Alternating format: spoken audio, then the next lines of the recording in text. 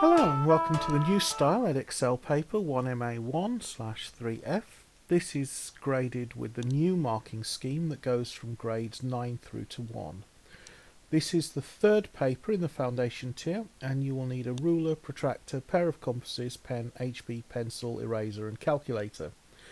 Although the instructions don't specifically say you must have a scientific calculator, you will almost certainly come across questions that involve trigonometric and exponential functions. So you must make sure you use a scientific calculator. A basic calculator, the ones with just plus, times, take away, divide, and maybe a percentage button, just will not cut the mustard. I also recommend you use your own calculator rather than a borrowed calculator and take the time to familiarise yourself with its quirks before going into the exam. Some calculators are algebraically programmed so that they do the mathematical operations in the correct order. Others just do the calculations in the order that you input them. You must know the difference. You also need to know little things like, is your calculator set to degrees, radians and gradients, and how can you tell and how can you change it. You don't want to be wasting time trying to say, oh, my calculator's set to the wrong settings, how do I change it? You can't be wasting time in an exam doing that. Okay, the instructions say use black ink or ballpoint pen.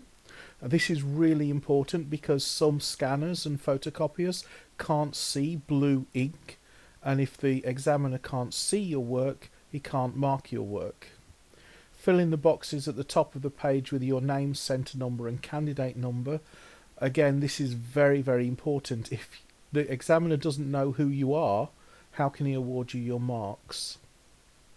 Answer all questions. I would take that one with a pinch of salt. All it means is every single question counts. But if you're stuck on a question, don't waste time. Just move on to the next question. Answer whatever questions you can answer, and if you've got time left at the end of the exam, go back and attempt some of the questions you couldn't answer. And if you're really down to the wire, you just guess. Better to make a guess and maybe pick up a mark than to just leave it blank and guarantee that you get no marks. You won't lose marks for wrong answers. Answer the questions in the spaces provided.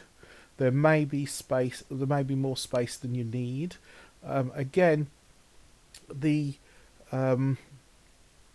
papers are set to certain width that will scan, and if you write outside of the spaces that you're given to answer, the answers might not scan, and then the examiner can't read your work and therefore can't mark your work.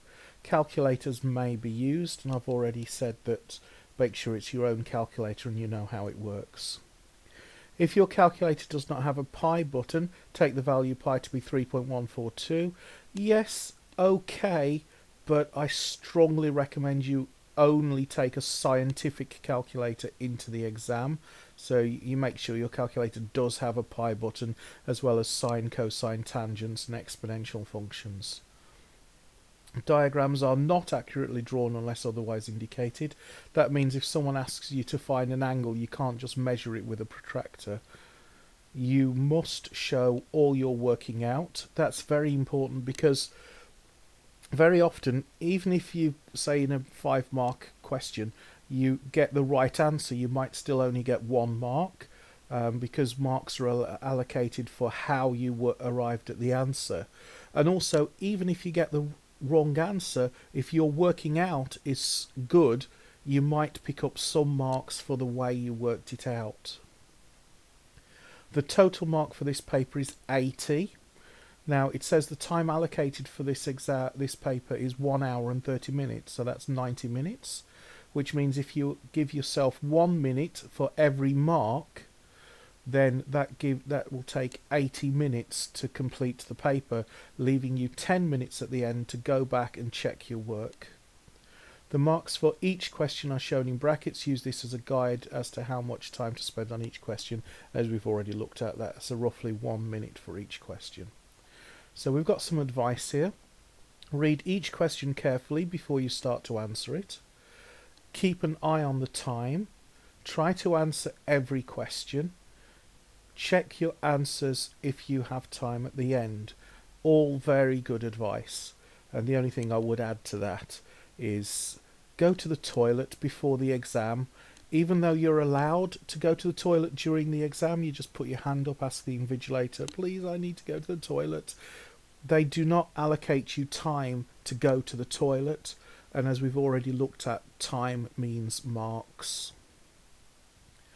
Okay, so with that in mind, let's have a look at some of these questions. In question 1, it says, write 2148 correct to the nearest 100. Okay, so we're rounding this to the nearest 100. So this is 2148. So we know we need the 2000. And then we've got the 100. Now the question is, does that one round up or doesn't it? Well, if the next digit after the 1 is less than 5, then it does not round up. If it's 5 or above, it does round up. In this case it's a 4, so this does not round up. So our answer is 2100, correct, which is 2148 correct to the nearest 100. In question 2 it says, simplify 8x minus 3x plus 2x. Okay, so we can combine like terms. So if we take 8x and we subtract 3x, that gives us 5x. And then we add 2x, that makes 7x. You could have saved yourself a little bit of time if you'd have thought, well, negative 3x plus 2x is equal to negative 1x, so that's the same as 8x minus 1x, which is 8 minus 1 is 7, so it's 7x. Either way, whichever's easiest for you to think.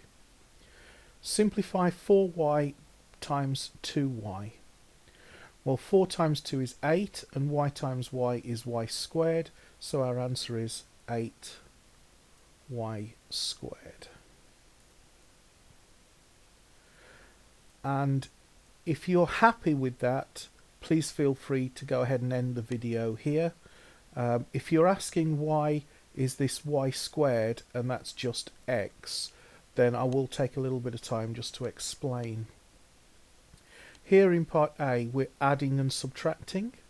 So 8x basically means x plus x plus x plus x 8 times, and I've already done 4, so if I copy these 4,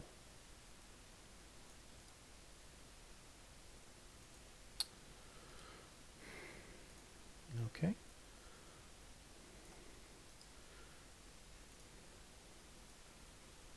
and I've got my 8 x's, so there's 1, 2, 3, 4, 5, 6, 7, 8. So when we say 8x, that's what we mean.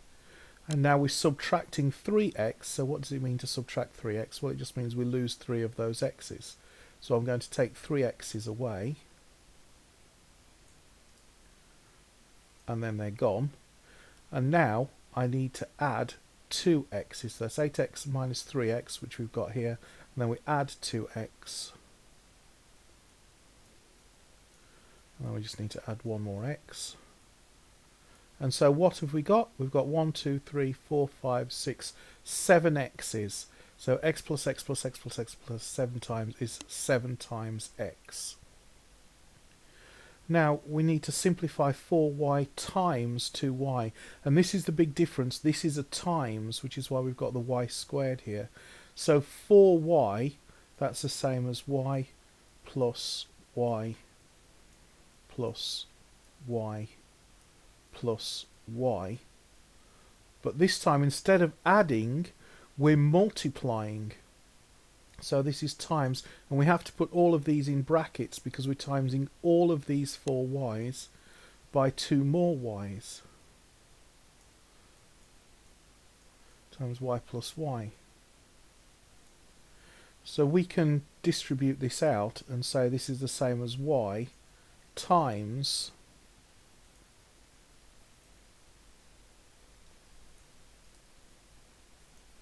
this, which is 4y,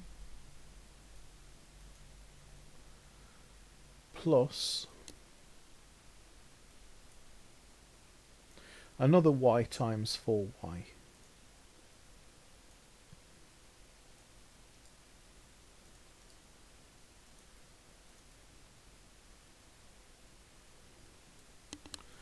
And that, if we multiply this out, we've got y times y plus y times y plus y times y plus y times y plus y times y plus y times y plus y times y plus y times y. So that is the same as, well, y times y is y squared plus, and then y times y is y squared. And then y times y is y squared. This is going to get very boring very quickly. Plus, and then y times y is y squared. Plus, and then this you can see is the same as this. So the answer is going to be the same as we've just done. So I'm just going to paste that.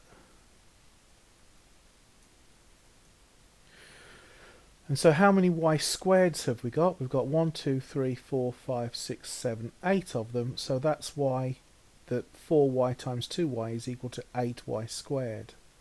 Another way you could look at it is, what is the area of a rectangle whose lengths are 4y